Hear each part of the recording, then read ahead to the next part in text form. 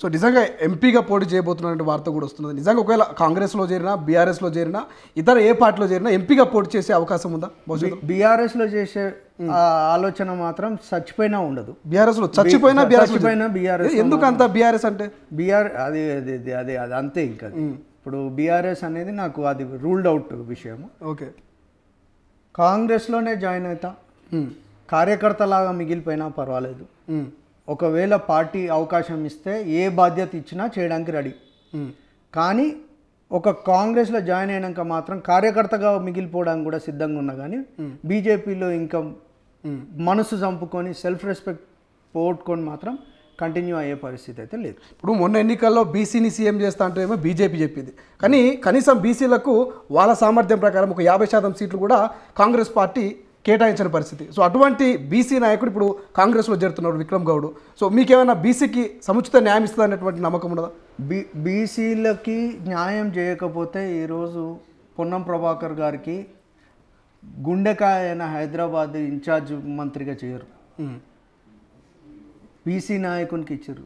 తెలంగాణకి గుండెకాయే హైదరాబాద్ని ఒక ఇన్ఛార్జ్ మినిస్టర్, ఒక బీసీ నాయకుడు, ఒక గౌడు బిడ్డకి ఇచ్చారు అంటేనే దాంట్లోనే బీసీలకి ప్రాధాన్యత ఉందా లేదా అని మీరే అర్థం చేసుకోవాలి. ఇంకా అది లేదు అని చెప్పుకోవాలనుకుంటే చాలామంది ఎన్నో విషయాలు చెప్పుకుంటారు, కానీ కాంగ్రెస్ పార్టీనే బీసీలను కాపాడింది. ముఖేష్ గౌడ్ అయ్యింది కాంగ్రెస్ పార్టీలనే. నేను మేయర్ అభ్యర్థిగా నన్ను అనౌన్స్ చేసిందే కాంగ్రెస్ పార్టీ.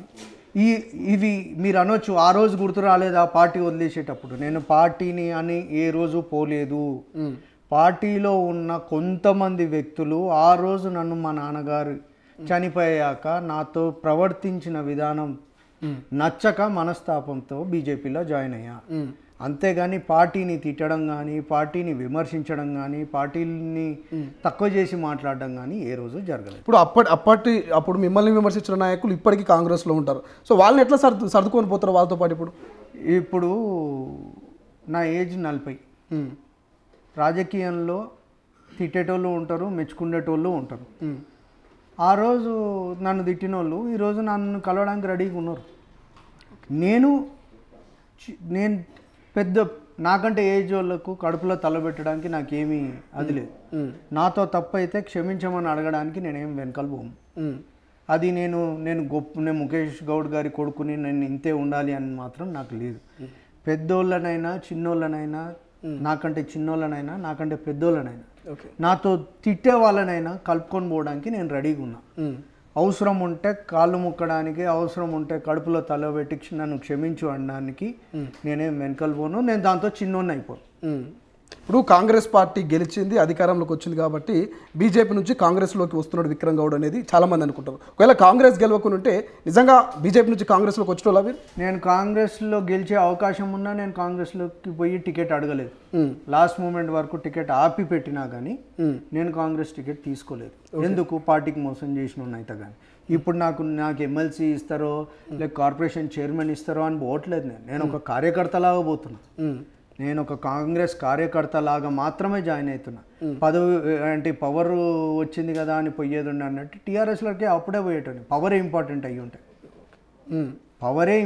అయ్యి ఉంటే అందరిలాగా సో కాల్డ్ కొన్ని పేర్లు తీయను, కాళ్ళు ఒక డిఫరెంట్ లాంగ్వేజ్ వాడినోళ్ళు పోయి కాళ్ళు మొక్కి ఏ పదవులు అయితే వచ్చిర్రో అది కూడా నేను కూడా చేసేటోని.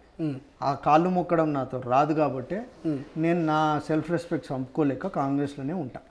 కానీ చివరి క్షణం వరకు రాజాసింగ్ సస్పెన్షన్ ఎత్తివేయనంత వరకు కూడా ఇక గోషమాల్ అంటే ఖచ్చితంగా విక్రమ్ గౌడ్ టికెట్ కన్ఫామ్ అనేటువంటి రీతిలో ప్రచారం జరిగింది. సో చివరి క్షణంలో టికెట్ రాకపోవడం బాధ అనిపించిందా? ఖచ్చితంగా బాధ ఉంటుంది కదండి. మూడు సంవత్సరాలు కష్టపడి మా నాన్న లెగసీ 40 ఏళ్ళ లెగసీని నేను పక్కన పెట్టి ఒక పార్టీని నమ్ముకొని కొంతమంది నాయకులు నాకు ఇచ్చిన హామీలను నమ్మి అవుట్రేట్గా పనిచేసుకుంటూ పోయి ప్రతి కార్యకర్తని కలుపుకుంటూ పోయి లాస్ట్కి టికెట్ రాకపోతే బాధే ఉంటుంది కదా. ఇప్పుడు నిజంగా విక్రమ్ గౌడ్ సపోర్ట్ తోటి గోషమాల రాజాసింగ్ గెలిచిండా లేక నిజంగానే రాజాసింగ్ ఆ చరిష్మా ఆ క్రేజ్ తోటి గెలిచిందంటే ఏం చెప్తారు? కాంగ్రెస్ ఓట్ బ్యాంకు గోషామాల్లో 30,000. ఈరోజు రాజాసింగ్ గారు గెలిచింది 22,000 ఓట్లతో గెలిచారు. ప్రజెంట్ కాంగ్రెస్ ఓట్ బ్యాంక్ అక్కడ 6,000 పడ్డది.